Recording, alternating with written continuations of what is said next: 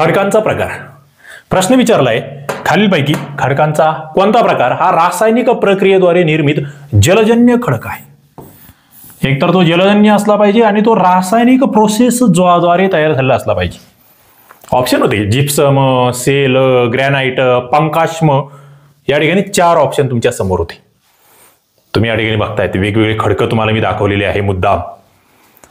आता रासायनिक प्रक्रियेद्वारे निर्मित जलजन्य खडक जो आहे ना तो जिप्सम आहे. हे उत्तर होतं सरळ, साधं, सोपं. काय आहे जिप्सम?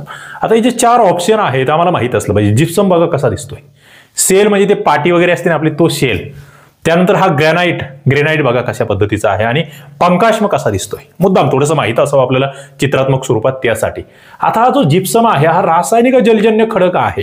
केमिकल सेडिमेंटरी रॉक असं याला इंग्रजीमध्ये म्हटलं जातं. काय आहे हा? याची निर्मिती कशी होते? पाण्याचं जे आहे ना, पाणी बाष्पीभवन होत आहे त्याच्यापासून हे सुरू होते. समुद्राचं पाणी किंवा खाऱ्या पाण्याने तलाव कोरडे पडतात तेव्हा त्यातील विरघळलेली जी खनिजं आहे, ज्यामध्ये विशेषतः कॅल्शियम सल्फेट असतं, त्याचं अवक्षेपण त्या ठिकाणी होत आहे आणि स्फटिकांच्या स्वरूपात जमा होते, रासायनिक अभिक्रिया होते किंवा द्रावणाचे बाष्पीभवन होते. ही रासायनिक प्रक्रिया होती आहे आणि मग तयार होतोय जिप्सम. म्हणजे जिप्समच्या निर्मितीमध्ये कॅल्शियम सल्फेटचा किती वाटा आहे ते तुम्हाला माहित असणं या ठिकाणी मला वाटतं गरजेचं आहे. मग याच्यामध्ये आणखी एक ऑप्शन आहे, सेल म्हणजे काय किंवा पंकाश्म म्हणजे काय? तर हे यांत्रिक खडक आहे. हे टणक जलजन्य खडक म्हणून याला आपण ओळखतो. याला क्लास्टिक असं म्हटलं जातं. बघा, सेल आणि पंकाश्म म्हणजे मड स्टोन असं आपण ज्याला म्हणतो आहे.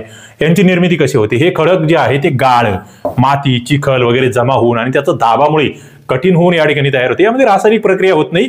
खडकांच्या तुकड्यांचं यांत्रिक संचयन या ठिकाणी होत असतं. हे जे असतं ना सेल आणि पंकाश्म, थोडक्यात खडकं, माती वगैरे त्याचं घट्ट ते बसतंय आणि त्यापासून हे खडक तयार होत आहेत. पुढे ग्रॅनाइट काय आहे? हा अग्निज खडक आहे. अग्निजन्य म्हणतोय आपण याला, इग्नियस रॉक असं आपण याला म्हणतोय. हा पृथ्वीच्या पृष्ठभागाखाली जो मॅग्मा आहे ना तो थंड होतो आणि हळूहळू स्फटिकमय होतो. ओके, क्रिस्टलायझेशन असा त्याला शब्द आहे आणि त्यापासून हा बनतो. हा जलजन्य नाहीये.